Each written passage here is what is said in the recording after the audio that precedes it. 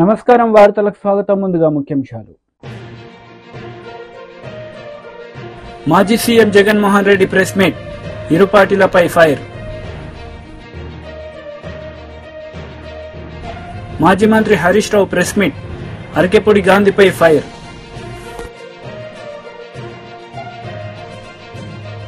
మాజీ CM Jaganmohan Reddy media సమావేశం నిర్వహించారు. ఈ సందర్భంగా చంద్రబాబు నాయుడుపై ఆయన మండిపడ్డారు. రిజర్వాయర్ కు 9,950 క్యూసెక్లు ఇన్ఫ్లో వచ్చింది. మరి బుద్ధి జ్ఞానం ఉన్నవాడు ఆ 9,950 క్యూసెక్లు కిందికి వదిలేయాలి కదా. ఎందుకనంటే ఏలేరు రిజర్వాయర్ కింద అవుట్ఫ్లో కెనాల్ కెపాసిటీ, అవుట్ఫ్లో కాలువ కెపాసిటీ 14,000 క్యూసెక్స్కు కాలువ కెపాసిటీ ఉంది. కాబట్టి ఆ వచ్చిన 9,950 క్యూసెక్స్ కిందికి వదిలేయాలి కదా. వదిలేస్తే నీ ఫ్లడ్ కుషన్ అనేది నువ్వు మెయింటైన్ చేయగలుగుతావు. పైనుంచి నీళ్లు వచ్చినప్పుడు ఆ నీళ్లను రెగ్యులేట్ చేస్తూ కిందికి వదలగలుగుతాం. కానీ 9,900 క్యూసెక్స్ 9,950 క్యూసెక్స్ ఏలేరు రిజర్వాయర్లోకి ఇన్ఫ్లో వస్తే సెప్టెంబర్ 1వ తారీఖున ఏలేరు రిజర్వాయర్ నుంచి బయటికి నీళ్ళు ఎంత పంపారో తెలుసా? అవుట్ఫ్లో కేవలం 300 క్యూసెక్స్. సెప్టెంబర్ 2వ తారీఖున 7,033 క్యూసెక్లు ఏలేరు రిజర్వాయర్కి ఇన్ఫ్లో వస్తే వీళ్ళు బయటికి ఎంత పంపించారో తెలుసా? కేవలం మళ్ళీ 300 క్యూసెక్స్. సెప్టెంబర్ 3వ తారీఖున మళ్ళీ ఏలేరు రిజర్వాయర్కి ఇన్ఫ్లో 4,991 క్యూసెక్లు వస్తే వీళ్ళు బయటికి పంపించింది ఎంతో తెలుసా? కేవలం మళ్ళీ 300 క్యూసెక్లు మాత్రమే. సెప్టెంబర్ 4వ తారీఖున 5,045 క్యూసెక్లు వస్తే వీళ్ళు బయటకు పంపించింది కేవలం 300 క్యూసెక్లు.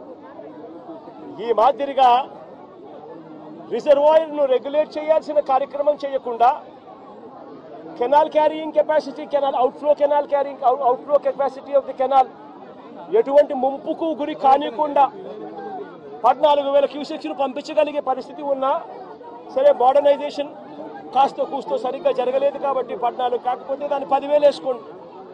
కనీసం ఆ 10,000 క్యూసెక్లైనా కనీసం ఎటువంటి ముంపుకు కూడా గురి కాకుండా పంపించే పరిస్థితి ఉన్నా కూడా వీళ్ళు ఏం చేశారు? పై నుంచి నీళ్లు వస్తా ఉన్నా కూడా ఏమాత్రం కూడా లెక్క పెట్టకుండా నిర్లక్ష్య వైఖరితో కేవలం 300 క్యూసెక్లు మాత్రమే మొదలుపెట్టారు. ఇలా వదిలిపెడుతూ ఏకంగా 9వ తారీఖు వచ్చేసరికి రిజర్వాయర్లలో స్టోరేజ్ కెపాసిటీ పూర్తిగా నిండిపోయింది. స్టోరేజ్ కెపాసిటీ పూర్తిగా నింపేశారు. వదలాల్సింది పోయి, మెయింటైన్ చేయాల్సింది పోయి పూర్తిగా నింపేశారు. నింపేసరికి 9వ తారీఖున 45,335 క్యూసెక్లు నీళ్లు ఏలేరు రిజర్వాయర్కు ఇన్ఫ్లో వస్తే వీళ్ళు గత్యంతరం లేక రిజర్వాయర్ కెపాసిటీ పూర్తిగా నిండిపోయింది కాబట్టి కిందికి 21,500 క్యూసెక్లు కిందికి నీళ్ళు వదిలేశారు. మరుసటి రోజు సెప్టెంబర్ 10వ తారీఖున 26,134 క్యూసెక్లు నీళ్లు ఏలేరు రిజర్వాయర్కి వస్తే ఏకంగా 27,275 క్యూసెక్లు నీళ్లు కిందికి వదిలేశారు. నేను అడుగుతా ఉన్నా మిమ్మల్ని, ఇది మ్యాన్ మేడ్ ఫ్లడ్ కాకపోతే ఏమిటయ్యా అని చెప్పి. నేను చెప్పేటివన్నీ కూడా వాస్తవాలు. మీ ఏలేరు రిజర్వాయర్ నుంచి వచ్చిన డేటా ఇది. నిజంగా ఒక బాధ్యత లేని ప్రభుత్వం, ప్రజల పట్ల ఏమాత్రం కూడా మానవత్వం చూపని ప్రభుత్వం, వరదలు వస్తే కనీసం ఎలా హ్యాండిల్ చేయాలనో కూడా కనీసం ఇంకిత జ్ఞానం కూడా లేని ఈ ప్రభుత్వాన్ని ఏమనాలి అని చెప్పి మీరే ఆలోచన చేయమని నేను కోరుతా ఉన్నా. ఇంకొక విషయం కూడా చెప్పదలుచుకున్నా. ఇదే మనిషి చంద్రబాబు నాయుడు గారు అబద్ధాలు చెప్పడంలో గోబెల్స్కు చంద్రబాబు నాయుడు గారు ఏకంగా తమ్ముడు వరుస అవుతాడు. గోబెల్స్కు చంద్రబాబు నాయుడు తమ్ముడు వరుస అవుతాడు. అబద్ధాలు చెప్పడంలో చంద్రబాబు నాయుడు గారి పరిస్థితి, కెపాసిటీ ఏమిటి అని అంటే అబద్ధాలను తాను మ్యానుఫ్యాక్చర్ చేయగలుగుతాడు, చేయడంలో దిట్ట. ఆ మ్యానుఫ్యాక్చర్ చేసిన అబద్ధాన్ని కాంగ్రెస్ నేతలు మీడియా సమావేశం నిర్వహించారు. ఈ సందర్భంగా పలు అంశాలపై వారు మాట్లాడారు. నీలాంటి దుర్మార్గులు భాష మార్చి వక్రీకరించినప్పుడు వాయిస్ పెంచాల్సింది వచ్చింది తప్పించి, లేకపోతే ఈ నెలలో నా భాష ఎప్పుడు కూడా తేడా రాలే. ఇందాకన్నా తరిమి తరిమి కొడతా, చేతగానే ఎవడున్నాడు చూసుకుందాం, ఎటువంటి అభ్యంతరం కూడా లేదు, దానికి సిద్ధంగా ఉంటాం మేము. రెండోది, చాలా విషయాలు మాట్లాడారు, రెచ్చగొట్టే విషయాలు మాట్లాడారు, వ్యక్తిగతంగా దూషించారు. శేర్లింగాల ప్రజలందరినీ కూడా ఆలోచించమన్నారు. శేర్లింగంపల్లి ప్రజలందరికీ కూడా నేను మంచిగా చెడు అనేది అందరికీ కూడా తెలుసు.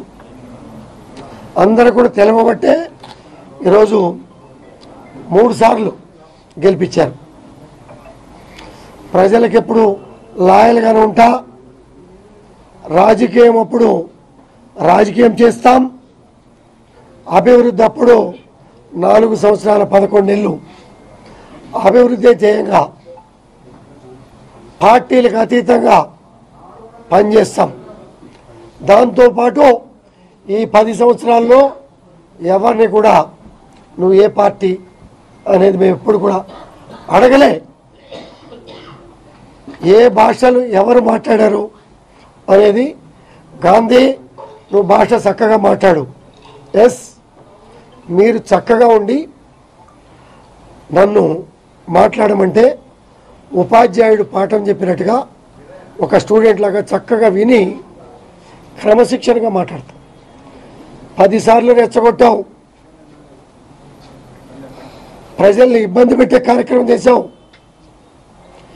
మహిళల్ని ఇబ్బంది పెట్టే కార్యక్రమం చేశావు. మహిళలే కాక ఉన్నత స్థానంలో ఉన్నటువంటి గవర్నర్, రాష్ట్రపతి మహిళలను తెలిసి వాళ్ళని కూడా కించపరిచే విధంగా నువ్వు మాట్లాడిన తీరు నువ్వు మార్చుకో. పార్టీల పరంగా యుద్ధాలు ఉంటాయి, క్రిటిసైజం ఉంటుంది, చేసుకోవటం తప్పలేదు. కానీ వ్యక్తి పేరు పెట్టి మాట్లాడావు. నువ్వు మాట్లాడినందుకు మాత్రమే నేను మాట్లాడాల్సి వచ్చింది తప్పించి, అడ్వాన్స్ అయ్యి ఒక మాట మాట్లాడాల్సింది తప్పించి ఇంకో విధంగా లేదని కూడా నేను తెలియజేస్తున్నా. హరీష్ రావు గారు కూడా గాంధన్న నువ్వు భాష మార్చుకోవాలని పెద్ద మనిషి నాకు చెప్పాడు. నాకన్నా హరీష్ అన్న సీనియర్, ఒక ఉన్నతమైనటువంటి ఐఏఎస్ ఐపీఎస్ అధికారులని లకారం భాష వారు మాట్లాడిన తీరు కూడా వారు కూడా గుర్తు చేసుకుంటే కొంచెం బాగుంటుంది. దూషించట్లే, అందుకనే అన్న ఉపాధ్యాయుడు మాత్రం ఇష్టపెట్టు అని చెప్పి సందర్భంగా గాంధీని హెచ్చరిస్తా ఉన్నాం. అరే పీక మనరాబాయ్, రోజు ఇండే ఉంటా, ఇండు చదివితా పీకున్నది. ఏం పీకినవరా బాయ్? నా ఇంటికనే పీకిండా? ఇప్పుడు నా కారద్దాలు వదగొట్టొచ్చు, నా ఇంటద్దాలు వదగొట్టొచ్చు, ఎందుకంటే ఆయన సింగిల్ కూడా కాబట్టి. ఆయన నన్నే కూడా పీకిరా, నేను నిన్నే నిలుస్తున్నా కదా. మీకు ఎవడు చెప్తున్నా? మన అయ్య జాగిరా ఇది, మా అయ్య జాగిరి. తెలంగాణ బిడ్డ నేను, ఆంధ్రోని నువ్వు, కృష్ణా జిల్లా నుంచి బతకనికి వచ్చిన నువ్వు ఇచ్చిపెట్టి వెళ్ళిపో మా తెలంగాణ నుంచి. మేము తెలంగాణ బిడ్డలము, నిఖార్సమైన తెలంగాణ బిడ్డలము. ఈ మట్టి మీద పుట్టిన బిడ్డని, ఈ మట్టి నీళ్లు తాగిన బిడ్డని. నీ లెక్క ఆంధ్ర నుంచి బతకనికి రాలేదు భయ. మేము తెలంగాణలోము. రేపు చూపిస్తాం నీకు తెలంగాణ పౌరుషం ఎట్లుంటుందో. రేపు చూస్తారు. రేపు ఇవాళ వాస్తవంగా సిపి గారు ఉన్నారు కదా. బీఆర్ఎస్ లీడర్ మీడియా సమావేశం నిర్వహించారు. ఈ సందర్భంగా పలు అంశాలపై ఆయన మాట్లాడారు. బీఆర్ఎస్ పార్టీ ఎమ్మెల్యే అని చెప్తున్న గాంధీ గారి ఇంట్లో ఇలా సమావేశం ఉంటది. మన బీఆర్ఎస్ పార్టీ కార్యకర్తలు అందరూ, ముఖ్య నాయకులు అందరూ కూడా రాండని ఇవాళ పిలుపు ఇవ్వడం జరిగింది. ఇవాళ మేము పిలిపించిన తర్వాత తెలంగాణ రాష్ట్ర వ్యాప్తంగా ప్రతి గ్రామంలో, ప్రతి వార్డులో, ప్రతి డివిజన్లో మా ఎమ్మెల్యేలని, ఎమ్మెల్సీలని, మాజీ ఎమ్మెల్యేలని మాజీ ఎంపీలని, సర్పంచ్లని, ఎంపీటీసీలని, కార్పొరేటర్లని, మున్సిపల్ చైర్మన్లని, బీఆర్ఎస్ పార్టీ కార్యకర్తలని, ఉప సర్పంచ్లని, వార్డు మెంబర్లని, కేసీఆర్ గారి ప్రతి అభిమానిని, కేటీఆర్ గారి, హరీష్ రావు గారి ప్రతి అభిమానిని ఇవాళ పోలీసు వాళ్ళు అరెస్ట్ చేసి ఎక్కడికక్కడ హౌస్ అరెస్టులు, పోలీస్ స్టేషన్లో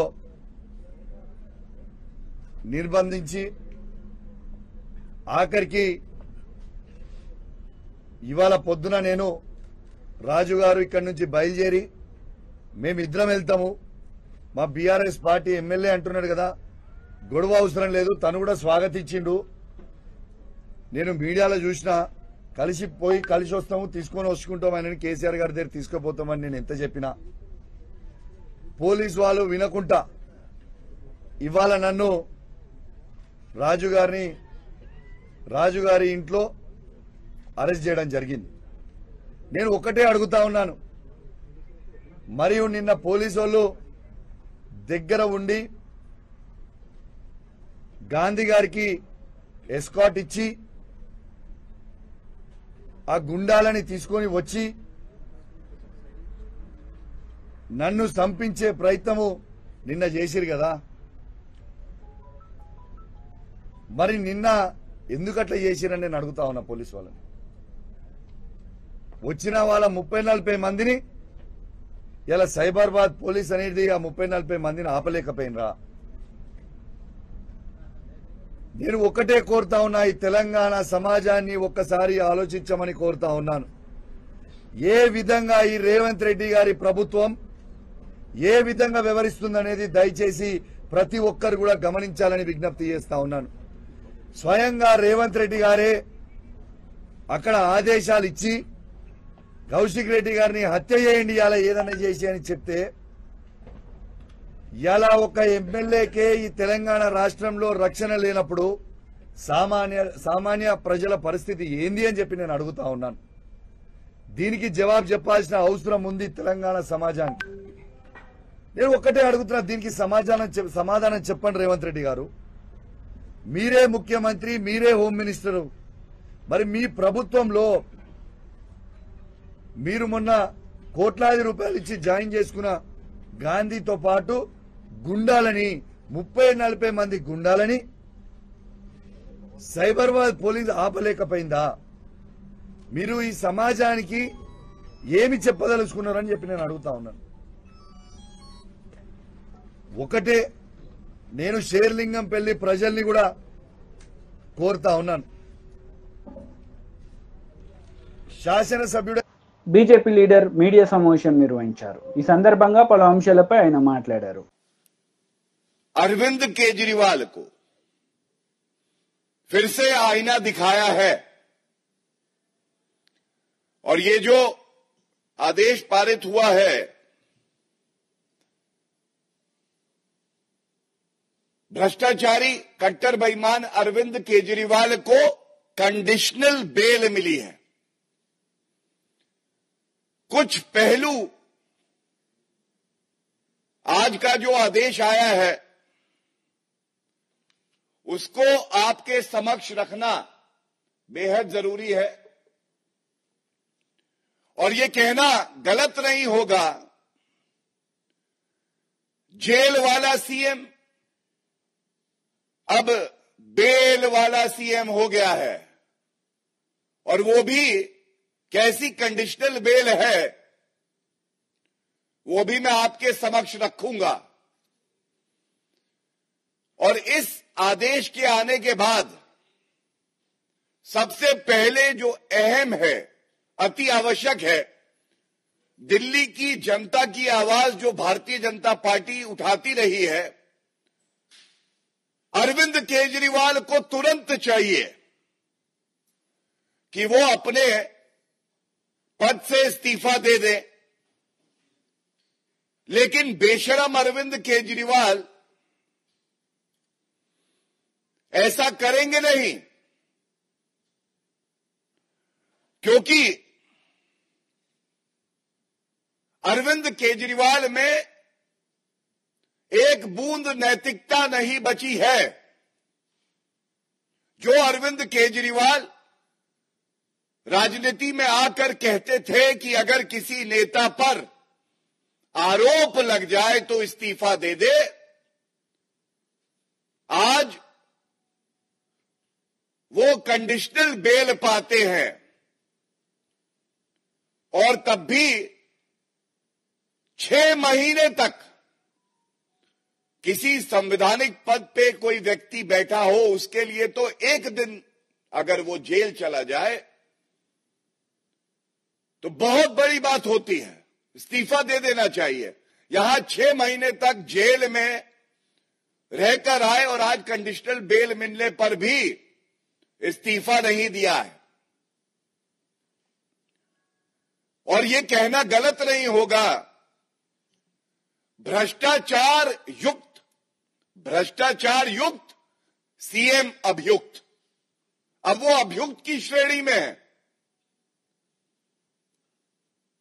और आप जो बिंदु मैं आपके समक्ष रख रहा हूं,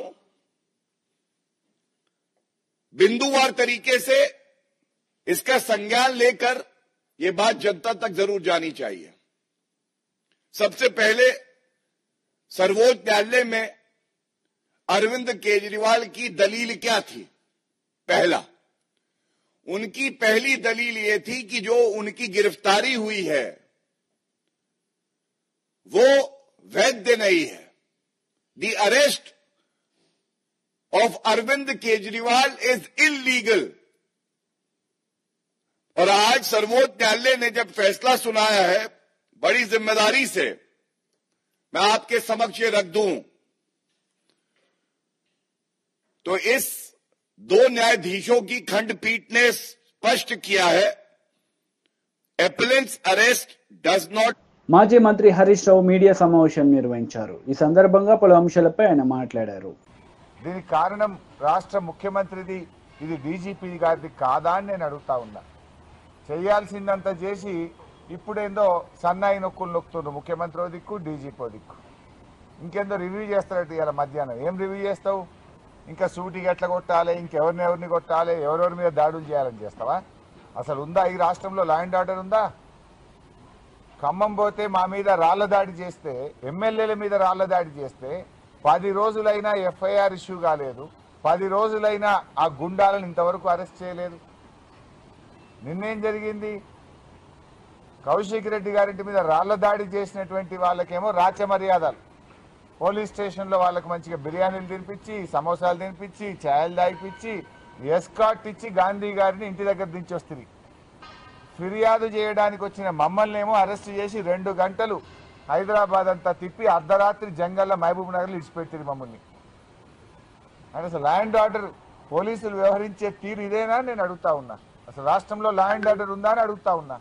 గతంలో బీఆర్ఎస్ ఎమ్మెల్యేలు మేము నల్లగొండకు వెళ్తే డైరెక్ట్గా మా బస్సు మీద కేటీఆర్ గారు మొత్తం 20 మంది ఎమ్మెల్యేలు ఉన్న మా బస్సుల మీద కోడిగుడ్లతో రాళ్లతో దాడి చేశారు. ఖమ్మం పోతే ఎమ్మెల్యేల మీద, బీఆర్ఎస్ ఎమ్మెల్యేల మీద దాడి చేశారు. సిద్దిపేటలో నా క్యాంపు కార్యాలయం మీద దాడి చేశారు. కౌశిక్ రెడ్డి ఎమ్మెల్యే గారింటి మీద దాడి చేశారు. ఏ ఒక్క విషయంలోనైనా పోలీసు యాక్ట్ చేసిందా?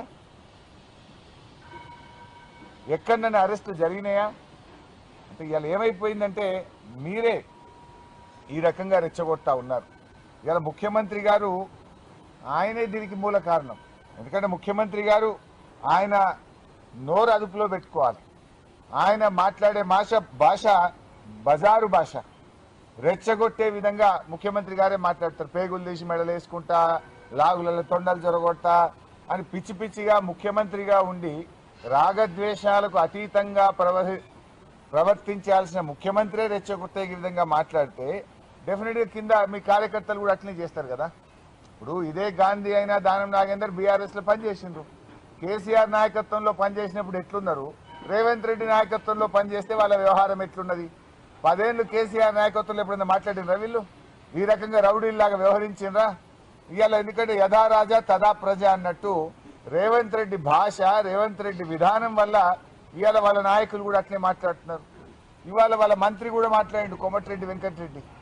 బీఆర్ఎస్ వాళ్ళు ఎక్కడైనా విమర్శిస్తున్నట్టే వాళ్ళని కొట్టండి అని రాజ్యాంగం మీద ప్రమాణం చేసిన మంత్రే రెచ్చగొడుతుంటే ఇంకా లా అండ్ ఆర్డర్ ఎక్కడుందా? రివ్యూ చేయాల్సింది ఫస్ట్ నిన్ను నువ్వు రివ్యూ చేసుకోవాలి, నీ మంత్రుల్ని రివ్యూ చేయాలి. నువ్వు చక్కగా లేవు ఫస్ట్. పాపం పోలీసులు ఏమంటావు? ఇన్ఫాక్ట్ మేము ఇవాళ మమ్మల్ని వైసీపీ లీడర్ మీడియా సమావేశం నిర్వహించారు. ఈ సందర్భంగా పలు అంశాలపై ఆయన మాట్లాడారు.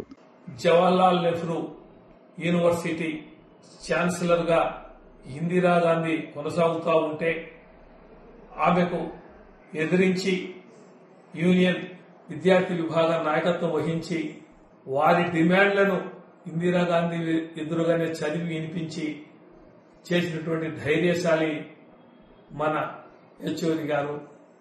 మరి అటువంటి కమ్యూనిస్టు సిద్ధాంతాలకు, సిపిఎం పార్టీ అభ్యున్నతికి, బీద ప్రజల సేవకు, మరి అదేవిధంగా ఆంధ్రప్రదేశ్ విడిపోయిన తర్వాత ఆంధ్రప్రదేశ్ సంబంధించినటువంటి ప్రత్యేక హోదా గురించి అయితేనేమి అనేక విషయాల మీద ఆంధ్రప్రదేశ్కు సపోర్టుగా ఆయన మాట్లాడటము, ఉద్యమాల్లో పాల్గొనడం కూడా జరిగింది. మరి ఈరోజు దేశ యావత్తు అందరూ కూడా ఆయన చనిపోయినటువంటి విషయంలో తీరని లోటుగా భావిస్తున్నారు. నేను కూడా దివంగత ముఖ్యమంత్రి రాజశేఖర రెడ్డి గారు ఉన్నప్పుడు దాదాపు 2-3 సార్లు మనం యెచూరి గారిని కలిసి, సీతారాం యెచూరి గారిని కలిసి మాట్లాడడం జరిగింది.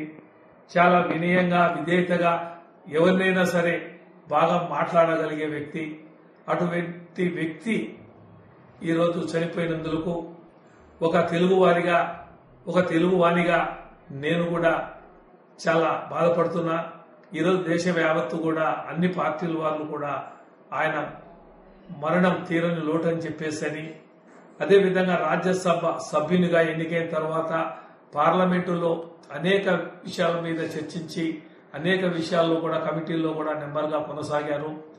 ఎస్ఎఫ్ఐలో కానీ మరి కమ్యూనిస్ట్ పార్టీ ఆఫ్ ఇండియాలో కానీ ఆయన పనిచేశారు విద్యార్థి విభాగంలో ఉన్నప్పుడు. కాబట్టి ఆయన పై స్థాయిలో ఉండి ఈరోజు ఆయన చనిపోవడం, ఆయనకు మనశ్శాంతి భగవంతుడు ఆయన ఆత్మకు శాంతి కలిగించాలని, అలాగే వారి కుటుంబానికి ప్రగాఢ సానుభూతి తెలియజేస్తూ పి నాగార్జున రెడ్డి మాజీ ప్రభుత్వ సలహాదారునిగా నేను మనస్ఫూర్తిగా కోరుకుంటూ సెలవు తీసుకుంటున్నాను. నమస్తే. వార్తలు ముగించే ముందు ముఖ్యాంశాలు మరోసారి. మాజీ CM Jaganmohan Reddy press meet, ఇరు పార్టీలపై ఫైర్. మాజీ మంత్రి Harish Rao press meet, Arekapudi గాంధీపై fire.